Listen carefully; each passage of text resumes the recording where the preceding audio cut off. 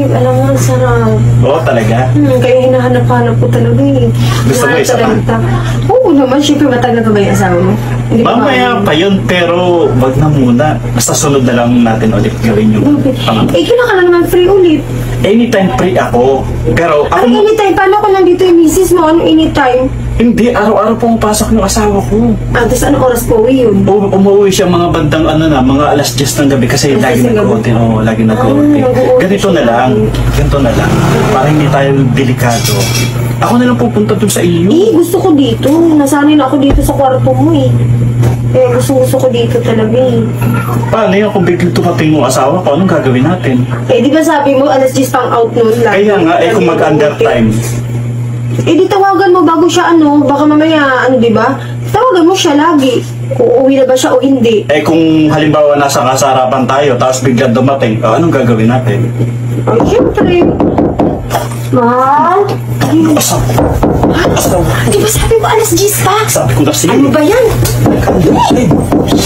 Sabi mo alas 10 pa eh. Saan? Sabi mo alas 10 pa eh. Bigyan mo. Sabi ko dyan. Mahal! Bakit umuwi ka ng maaga? Tagal mo naman. Nagkasikaso pa ako. Kasama ka ba dyan? Wala, ako lang nagkasikaso. Kanina pa ako tumatawag eh. Narinig naman kita eh. Magbukas eh. May naiwan kasi ako dito documents. Ano bang documents ang hinahanap? Ay nako, diyan ka lang. Nag-undertime ka? Bakit Oo nga, huwag ka nang maingay dyan.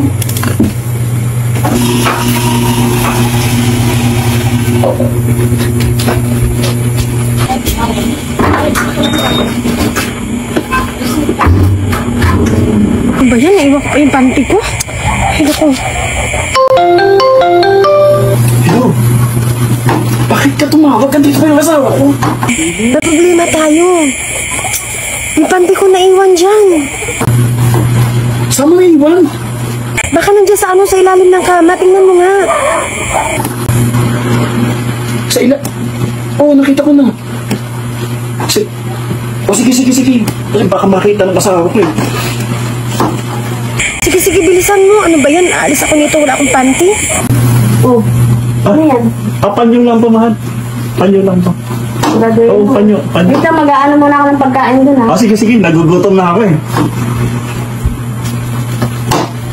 Hello, babe. Nakita ko na. Absuelto na tayo. Ay, salamat. Buti naman. Ay, ayoko na nga bumalik dyan. Nakakatakot. Biglang dumating yung mo. Sabi mo, alas 10 pa mag-out yun eh. Darating eh.